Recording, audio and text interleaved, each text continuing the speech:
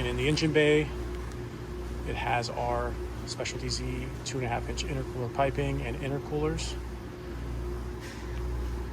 Pretty standard engine bay, nice and clean.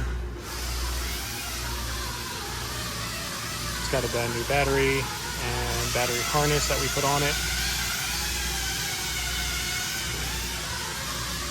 And we just did a basic timing belt service on it. Hadn't been too many miles on it, but it's been about almost 8 years. So we went in there and replaced the belts, seals, clean things up.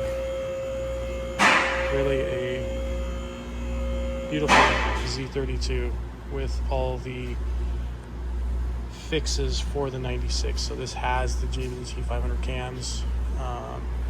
It's got a controller for the VTC to control the cam, and it's running on a Nistune Type 4 ECU. And currently it is running on 100 octane.